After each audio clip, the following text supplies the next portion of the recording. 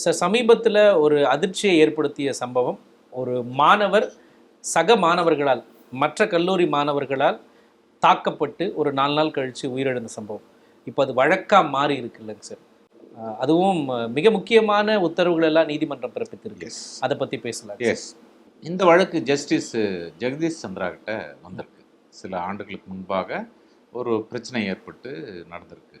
இது என்னன்னா, மாநில கல்லூரியை சார்ந்த ஒரு பையன். அவன் எந்த ஊருன்னா திருத்தணி பக்கத்துல பொன்பாடி, ஆந்திர எல்லையோரம் இருக்கக்கூடிய ஒரு நான் திருத்தணி ஸ்கூல்ல படித்தேன். அவனும் திருத்தணி ஸ்கூல்ல தான் படிச்சிருக்கான். எனக்கு பக்கத்துல ஒரு 5 கிலோமீட்டர் இருக்கக்கூடிய, இன்னும் சொல்லப்போனால் பொன்பாடி தாண்டினா மத்தூர், மத்தூர் தாண்டினா ஆந்திரா வந்துடும். ஹார்ட்லி ஒரு 1.5 கிலோமீட்டர் தான் டிஸ்டன்ஸ். ஏன்னா வி ட்ராவல் அந்த டே, அந்த வழியை நாங்கள் பயணம் பண்ணுறதுனால சொல்கிறேன். அந்த பையன் வந்து உண்மையாகவே ரொம்ப பெரிய ஏழைப்பட்ட மாணவன். ஏழைப்பட்ட மாணவன் அவன் வந்து மாநில கல்லூரியில் படிக்கிறான். படிப்புக்காக சென்னை நோக்கி வரான். டெய்லி வர பசங்க உண்டு. ஆனால் நான் வந்து பச்சையப்பன் கல்லூரியில் படித்தேன். ஹாஸ்டலில் தங்கி தான் படித்தேன். ஸோ அதனால எங்களுக்கு பெரிய அலைச்சல் இல்லை. ஏன்னா பஸ்ஸு வருமா வராதா. உங்கள் கல்லூரியும் இதில் சம்மந்தப்பட்டிருக்குங்க சார்? ஆமாம்ல, என்னுடைய கல்லூரி. ஆமாம், என்னுடைய கல்லூரி என்று சொல்வதில் நான் பெருமிதம் அடைகிறேன். ஆனால் என்னுடைய கல்லூரியில் படித்த மாணவன் தான் அந்த பையனை அடிச்சிருக்கான், அந்த குரூப் ஆஃப் பீப்புள் அடிச்சிருக்காங்க அப்படின்றது ரொம்ப வருத்தமான செய்தி தான். அதை நான் ஏற்றுக்கொள்ளவே மாட்டேன். எனக்கு தெரிஞ்சு சரி, நான் சொல்வது எங்களை பார்த்தா, எங்கள் ஸ்டூடெண்ட்ஸுங்களை பார்த்தா பஸ் கண்டக்டர், பஸ் டிரைவர்லாம் ஓடுவாங்க. இது பெருமையாங்க சார்? இல்லை, அதுதான் வருத்தப்பட்டு நான் அந்த பெருமையை சொல்கிறேன். நான் வருத்தப்பட்டே சொல்கிறேன். ஓடுவாங்க. பொன் பரமகுருலாம் வந்து அப்போ கமிஷனர் ஆஃப் போலீஸாக இருந்தார். அவர்லாம் வந்து எங்கிட்ட பேசும்போது பசங்கள்லாம் என்ன ஆவேசம் அந்த மாதிரி பேசக்கூடாது. ஆனால் பச்சையப்பன் கல்லூரியில் படிக்கிறவங்க சிறந்த நிலைக்கு வருகிறார்கள் என்பதற்கு ஒரு பெரிய காரணம் என்னென்னா, அவெல்லாம் வசதியான பிள்ளைகளாக இருக்கக்கூடும். கொஞ்சம் இந்த முரட்டுத்தனம் இருக்குதான்னு சொன்னால் எஸ் இருக்குது. இதே மாதிரி மற்ற கல்லூரிகள் எதுவாக இருக்குன்னா, ஆக்சுவலி பச்சையப்பன் கல்லூரிக்கு அடுத்ததாக சொல்லப்படுகின்றது, நான் பியூசி படித்த ஒரு காலேஜ் வந்து நந்தன் ஆர்ட்ஸ் காலேஜ்.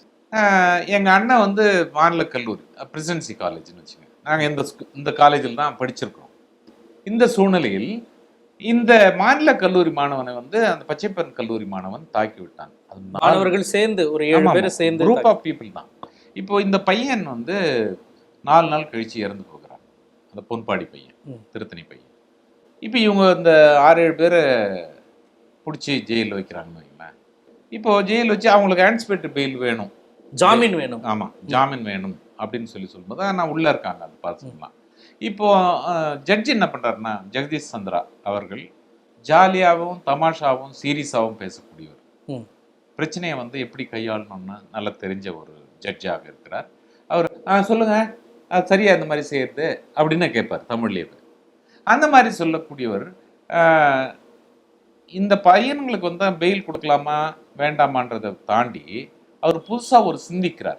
அதுதான் நீங்கள் முதல்ல கூட சொன்ன மாதிரி, ஜட்ஜஸ் வந்து தே திங்க் எ லாட். இல்லை, பெருசாக சமூகத்தை நோக்கி பெரிய கற்பனைகள் அல்லது நல்ல நலங்கள் எல்லாமே வளங்களும் பெற்றிருக்க வேண்டும் என்று நினைக்கிறார். அந்த நினைச்சதுல எல்லா பையனுங்க எவன்லாம் ஜெயிலில் இருக்கானோ அவங்க அப்பா அம்மா எல்லாம் வர சொல்லுங்க அப்படின்னு சொல்றாரு. எல்லாம் வராங்க. யாரெல்லாம் இந்த குற்றத்துல சம்பந்தப்பட்டிருக்காங்களோ, வழக்குல சம்பந்தப்பட்டு இருக்காங்களோ அவங்க அப்பா அம்மா எல்லாம் வர சொல்லுங்க, ஜெயிலுக்கு கோர்ட்டுக்கு வர சொல்றாரு அப்பா அம்மாவை. நான் வந்து இந்த மாதிரி கண்டிஷன்ஸ் எல்லாம் ஸ்கூலுக்கு வர சொல்ற மாதிரி சொல்றேன். அதேதான் உங்க பசங்களை வந்து உங்க பையன்கள்லாம் விடுபட வச்சிடலாம், ஒரு பெயில் ஒன்று கொடுத்துட்டு, ஆன்டிசிபேட்டரி பெயில் கொடுத்து ஏதோ ஒன்று ஒரு மன்னிப்பு கேட்குறோம் அப்படின்னு சொன்னா ஒரு உயிர் போயிருக்குல்ல சார். அதுதான் மன்னிப்பு கேட்டு கொடுத்துடலாம்னு பார்த்தேன். ஆனால் அப்படி கொடுத்தா மாணவர்கள் மத்தியிலேயே வந்து அவ்வளோதானே, sorry my Lord, apologise my Lord, I asking for ஒரு ப்ரேயர், இப்படி ஆகும் அப்படி ஆகுன்னு சொல்லிட்டு ஒப்ளிஜ் மை லார்ட்னு சொல்லிட்டு போகிறதுக்கு அந்த மாதிரி வேலை இல்லை இது. ஏன்னா ஒரு மாணவனின் உயிர் போயிருக்கிறது என்பதற்காகவே நீங்கள் அந்த மாணவன் பற்றி ஏதாவது யோசனை பண்ணீங்களான்னு கேட்குறாரு. நீங்கள் இந்த ஜெயிலில் இருக்கிறாங்களே அந்த பசங்களுடைய அப்பா அம்மா தான் வந்திருக்கீங்க. அந்த செத்து போனானே அந்த பையன், பொன்பாடி பையன், திருத்தணி பையன், அவனுடைய அப்பா அம்மா அவனுடைய நிலை என்ன ஆகும் என்னவா இருக்கும்? அவங்க சகோதரிலாம் அந்த பேட்டி கண்ணீர் மல்க கொடுக்குற அந்த பேட்டி எல்லாம் பாக்குறப்போ ரொம்ப Yes. அந்த மாதிரி அவங்க கண் அப்பா தான் கலங்குற அந்த வந்து அப்பீல் அப்ஜெக்ஷன் தெரிவிக்கிறாரு. இன்டர் என் தம்பி திரும்ப வருவானா அப்படின்னு கேக்குறாங்க ஒரு அவங்க சகோதரி. என்ன பதில் சொல்றது? பதிலே சொல்ல முடியாது உண்மையாகவே. ஸோ அந்த மாதிரி விஷயங்களை அவங்க பேசும்பொழுது ஜட்ஜே வந்து என்ன சொல்றாருன்னா, இதை யோசனை பண்ணணும் இல்லையா, யோசனை பண்ணிட்டு அதுக்கப்புறம் நீங்க கேட்கலாமே அப்படின்னு சொல்லும்போது அவங்களுக்கும் கஷ்டமா தெரியுது. நீங்க ஒரு தடவை போய் அந்த வீட்டை பாருங்க அப்படின்னா, எல்லாருமே வந்து ஏழைப்பட்ட மக்கள் தான். பச்சைபாஸ் காலேஜில் படிக்கிறவங்களும் ஏழைப்பட்ட அந்த மாணவர்கள் வந்து ஏழைப்பட்ட பசங்க தான். பிரசிடென்சி காலேஜில் படிக்கிறவங்களும் ஏழைப்பட்ட பசங்க தான். நந்தனம் படிக்கிறவங்களும் ஏழைப்பட்ட பசங்க தான். இதெல்லாம் ஒண்ணு சேர்ந்துன்னு அவங்களுக்குள்ளவே ஒரு சண்டை மூட்டிக்கிறது இந்த மாதிரிலாம் வந்து ஏற்புடையது அல்ல சார். இது காலங்காலமா கேட்டுட்டு இருக்கோம். அதுக்கு பின்னாடி என்ன இருக்குன்னு புரிஞ்சுக்கவே முடியலைங்க சார். இதெல்லாம் ஒண்ணும் இல்லை சார். அவன் கொஞ்சம் நான் தான் பெரியவன், என்னுடைய கூட்டத்தை பாரு அப்படின்னு சொல்லி. ஸோ அந்த இதுல விஜய் படத்துல கூட ஒரு டான்ஸ் ஆடின்னு வருவார் பாருங்க, மாஸ்டர் இல்லை, அந்த மாதிரி நான் தான் ஒரு பெரிய ஆள் அப்படின்னு சொல்லிக்கிறதுக்காக வர்றது. பட் நல்லதே நடந்ததுன்னா சரி. ஆனா இந்த மாதிரி உயிர் போற அளவுக்கு ஒருத்தனை அடிக்கிறது வந்து ஏற்புடையது அல்ல அப்படின்றது தான் இது ஒரு பெரிய பிரச்சனையாக இருக்குது. இது மாத்திரம் இல்லாம என்னது சார், இதுல அந்த குற்றம் இந்த வழக்குல சம்பந்தப்பட்ட மாணவருடைய பெற்றோர் யாருன்னு பார்த்தா அவங்களும் ஏழை விவசாயிகளா, வீட்டுல பத்து பாத்திரம் கழுவுறவங்களா, மத்தவங்க வீட்டுக்கு போய் வேலை செய்யறவங்களா இருக்கிறாங்க, கூலி தொழிலாளர்களா இருக்கிறாங்க. இந்த மாதிரி சூழ்நிலையில் நீங்களும் ஏழைப்பட்டவங்களா இருக்கீங்க, உங்க பையனுங்களும் அதை நம்பிதான் இப்ப காலேஜுக்கு வந்து சேர்றாங்க. அதே மாதிரி தானே அந்த பையனும் வந்திருப்பான். இதுல இந்த கெத்து இதெல்லாம் எங்க இருந்து சார் வந்து? தேவையில்லைதான். பட் அதுக்கான அந்த டீனுக்கான கெத்து இல்ல. இந்த படத்துல சொல்ற மாதிரி ஹார்மோன் செய்யும் வேலைகள், நான் இப்படிதான் இருக்கணும், நான் ஒரு பெரிய ஆள் அப்படின்னு காட்டுறதுக்காக, அது படிப்புல, ஆமா, சிந்தனையில, நம்ம செயல்கள்ல காட்டலாம். அது ஒரு சிலர் காட்டி கொண்டுதான் இருப்பார்கள். Exception cannot be the rule இல்ல. அது யாரோ ஒருத்தர் தான் இருப்பாங்க. அதை வந்து ரூலா எடுத்துக்க முடியாதுன்றதுனால இந்த மாதிரி விஷயங்கள் நடந்திருக்கிறது. எனவே இவர்களுக்கு கொடுக்க முடியுமா கொடுக்க முடியாதான்றதை பத்தி சிந்தனை பண்ணி பார்க்கணும் நீங்க அப்படின்னு சொல்லி ஒரு அட்வைஸ் கொடுத்து, அதுக்கப்புறம் என்ன நடக்குது அப்படின்னா பெயில் வந்து இட் வில் பி கிராண்டட்.